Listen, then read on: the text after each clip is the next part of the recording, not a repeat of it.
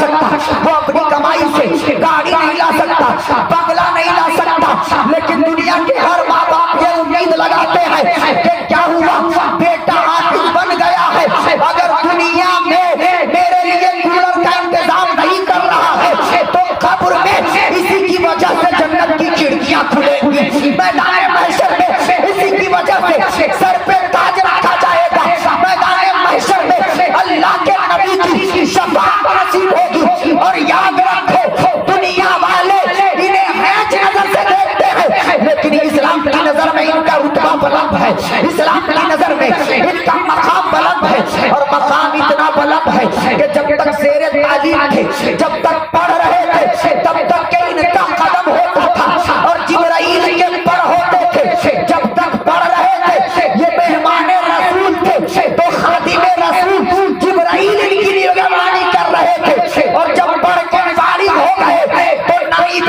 رسول ہو گئے، اب رسول کے گھر کا مالک بلکہ کائنات کا خالق اللہ نہیں تو امان میں ہے۔ پتہ یہ چلا کہ جس کے پاس علم قرآن ہے، جس کے پاس علم اسلام ہے، جس کے پاس علم دین ہے، جس کے پاس علم معرفت و طریقت ہے، اس کی دنیا بھی کامیاب ہے اور آخرت اللہ ماشاءاللہ، نعرہ تکبیر، نعرہ رسالت، مسلک اعلیٰ حضرت فیضان اعلیٰ حضرت فیضان قرآن کانفرنس، نعرہ تکبیر، فیضان قرآن کانفرنس، ماشاءاللہ اچھا لگ رہا ہے، بولے مچل کے سبحان اللہ۔ حضرات میں علاقے سے تعلق رکھتا ہوں اور الحمدللہ میں فخر سے کہتا ہوں کہ یہ سارے لوگ علاقائی ہیں، لیکن ان میں سب اپنی جگہ لاجواب اور بے مثال ہے۔ اما یار تمہارے سیتامڑھی کے لوگ پورے ہندوستان کے جلسوں کو کامیاب کرتے ہیں، یہ اللہ کا احسان ہے ہم لوگوں کے اوپر۔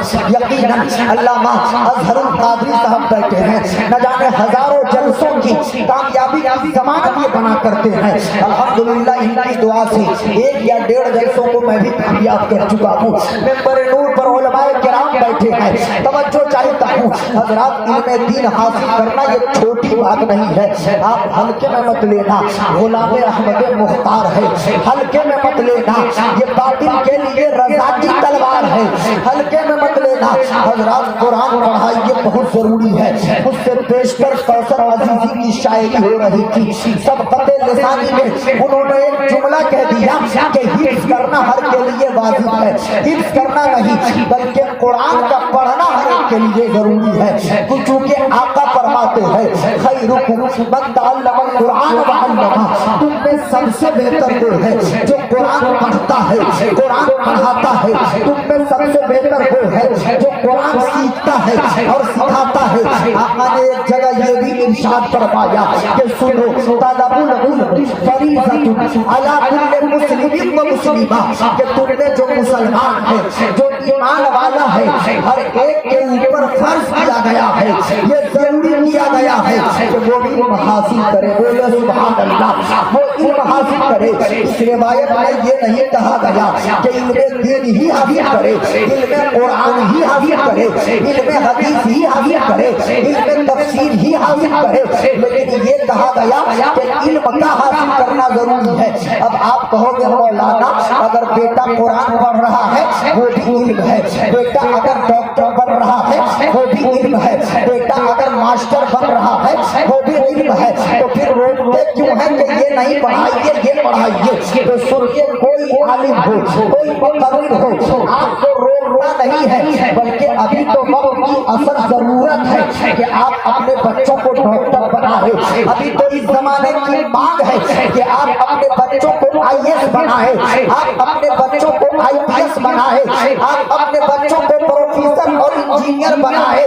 لیکن التجا یہ ہے، اور یہ التجا میری نہیں بلکہ جس نبی کو آپ مانتے اس نبی کی خواہش ہے، جس نبی کا آپ کلمہ پڑھتے ہیں اس نبی کی یہ آرزو تھی، اس نبی کی یہ تمنا ہے، بلکہ ان کے اوپر قرآن اتارا ہی اس لیے گیا تھا کہ ان کے شیدائی پڑھیں گے، ان کے دیوانے پڑھیں گے، ان کے عاشق پڑھیں گے، ان سے محبت کرنے والے پڑھیں گے۔ تو سنیے، ڈاکٹر بنانا بہت ضروری ہے، لیکن گزارش یہ ہے کہ ڈاکٹر بنانے سے پہلے بچوں کو قرآن پڑھائیے، انجینئر بنانے سے پہلے بچوں کو قرآن پڑھائیے، پروفیسر بنانے سے پہلے بچوں کو قرآن پڑھائیے، لیکچرر بنانے سے پہلے بچوں کو قرآن پڑھائیے۔ اور بتا دوں فیضان قرآن کانفرنس ہے اور اعجاز قرآن سنیے، قرآن کو زمین پر اترے ہوئے ہم سب کے درمیان آئے ہوئے تقریباً 1450 سال ہو گئے، اور یہ دنیا کی واحد کتاب ہے جس کو مٹانے کی کوشش ہر زمانے میں کی گئی۔ کبھی ابو جہل نے چاہا کہ قرآن کو مٹایا جائے، کبھی عتبہ نے چاہا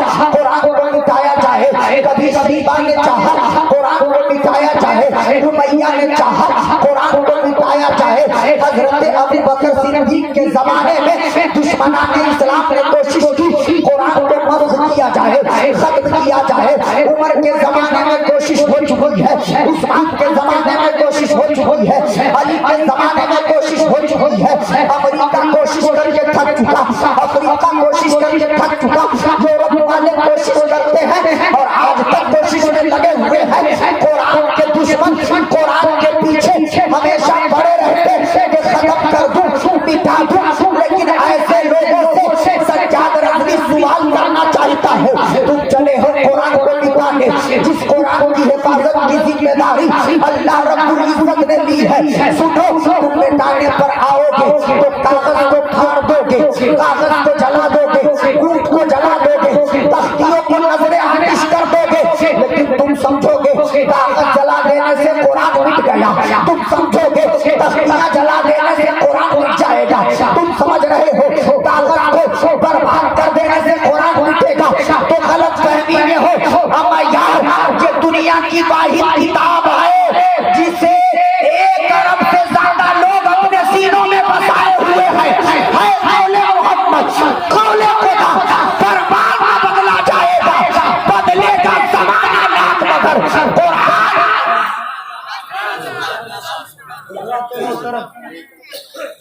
قرآن مقدس وہ عظیم کتاب اور جس کی حفاظت کی ذمہ داری اللہ نے دی۔ حضرات، ہم کاغذ لائیں تو لوگ جلا دیں۔ ابھی سوڈان کا سوڈان کا ایک واقعہ سامنے آیا ہے کہ وہاں جلایا گیا اور یہ لوگ سوچتے ہیں کہ جلا کے ہم نکالیں گے۔ اب یار حافظ حسان کے سینے میں آ گیا ہے، اسے کیسے مٹاؤ گے؟ حافظ فاروق کے سینے میں آ گیا ہے، اسے کیسے مٹاؤ گے؟ یہاں جتنے حفاظ بیٹھے ہیں، قرہ بیٹھے ہیں، ان کے سینوں میں ہے۔ اور یاد رکھو، قرآن کا اعجاز دیکھ لو، دنیا میں دھارمک کتابیں بہت ہیں، ہندو بھائیوں کے پاس ان کی دھارمک کتابیں ہیں، عیسائیوں کے پاس ان کی دھارمک کتابیں ہیں، مجوسیوں کے پاس ان کی دھارمک کتابیں ہیں، نصرانیوں کے پاس ان کی دھارمک کتابیں ہیں، اور ہم مسلمانوں کے پاس قرآن مجید ہے جس کو غیر مسلم سمجھتے ہیں کہ یہ ان کی دھارمک کتاب ہے، لیکن حقیقت یہ ہے کہ دنیا کو راہ دکھلانے والی اگر کوئی کتاب ہے تو وہ قرآن ہے۔ دنیا کو صحیح راستہ پر لے جانے کا اگر کام کوئی کتاب کر سکتی ہے تو وہ قرآن ہے۔ اور سنیے، کسی کتاب کو یہ اعجاز حاصل نہیں ہے، ہر جگہ کہیں نہ کہیں قید ہے یا کوئی نہ کوئی الجھن ہے۔ کچھ کتابیں ایسی ہیں جسے ہر کوئی چھو بھی نہیں سکتا، کچھ کتابیں ایسی ہیں جسے ہر کوئی پڑھ بھی نہیں سکتا، کچھ کتابیں ایسی ہیں جسے ہر کوئی سمجھ نہیں سکتا، کچھ کتابیں ایسی ہیں جسے ہر کوئی یاد نہیں کر سکتا، لیکن بحر قرآن اور قرآن کا معجزہ دیکھو۔ بحر قرآن تیری عظمتوں کو سلام، اترا عربی زبان میں، نازل ہوا عربی سرکار پر، لیکن قرآن تمہیں مسلمانوں نے کس قدر دل سے لگایا۔